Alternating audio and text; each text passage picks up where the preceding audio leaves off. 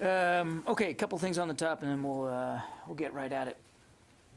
Secretary Austin will be departing tomorrow on an overseas trip to meet with senior military and government leaders in Belgium, Poland, and Lithuania. In Brussels, of course, he'll meet with allied and defense ministers across NATO leadership in the defense ministerials, obviously to discuss Russia's military buildup in and around Ukraine. He'll also reiterate the United States' commitment to our allies made in Article 5 and continue the alliance's progress on deterrence and defense while ensuring the alliance is prepared to face tomorrow's challenges. In Poland, he plans to meet with the Polish president and the Minister of National Defense to enhance bilateral cooperation and security and deepen the Polish-American partnership, which we believe is vital to addressing today's current threats and challenges. He'll also get a chance to meet with U.S. and Polish troops that are at Powice Air Base to tour the facilities there and to observe the conditions of our rotational presence. Secretary Austin will also travel to Lithuania to meet with the Lithuanian president, the prime minister, the minister for national defense as well, again to reaffirm that the United States stands with Lithuania and the Baltic states, working together to strengthen Lithuanian armed forces and to continuing to stand shoulder to shoulder against threats and adversaries. Separately, Secretary Austin does plan to meet jointly with his counterparts from Lithuania, Estonia, and Latvia together, and he'll have a chance as well to visit with some U.S. service members that are there in Lithuania. On another note, I'd like to announce that the Secretary has appointed Dr. Eric D. Evans to serve as the chair of, okay, it's not here. I'm missing some sentences here. I'm going to we will announce this later after the briefing. I don't have all the text of it here. So with that, Bob, we'll take questions. Sorry about that. Improvising, huh? Let me see. Do you have it there? That's missing there too? All right. I apologize. Go ahead, Bob. Thanks, John. A question about the Russian buildup on the border area of Ukraine. Can you give a little bit more detailed description of the lay of the land there like in recent days, for example, have some of the ground units that were in larger assembly areas moved out closer to the border into what might be attack positions, other movements over the last 24 hours or so? Yeah, so what I'd say, Bob, is even over the last 24 to 48, over the course of the weekend, Mr. Putin has added military capability along that border with Ukraine and in Belarus. He is exercising some of his units on the ground there in the south, as well as his naval units in the Black Sea. So he continues to add to his readiness. He continues to give himself more options should he pursue a military path here. I'm not going to. I would like to refrain from getting into specific movements of their troops. I think that's probably not a wise thing for me to do with any great specificity. I would just say this: that he continues to advance his readiness should he choose to go down a military path here. Should he choose to invade again, he is doing all the things you would expect him to do to make sure he's ready for that option or options.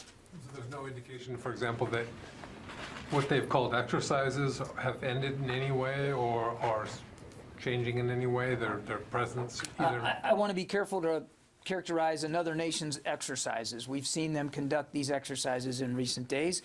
Exercises are designed to make you ready.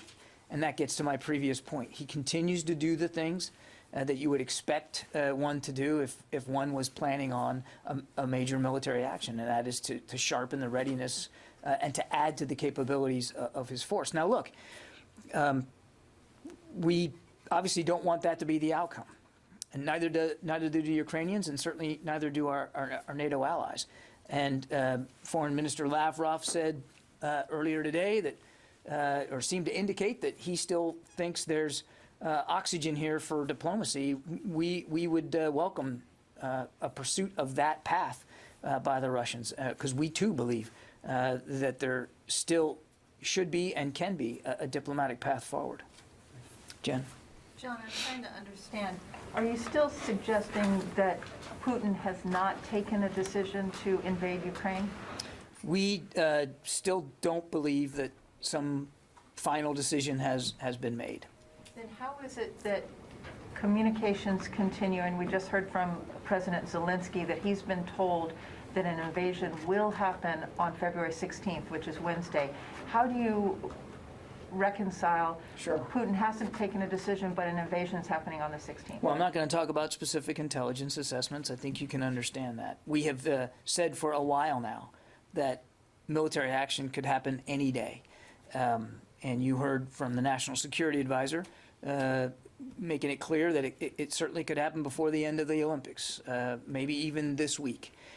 We have shared with our allies and partners, and that includes Ukraine, our assessment of the information that we've been receiving, and certainly have reflected in those conversations our deep concern about the continued capabilities that Mr. Putin has at his beck and call.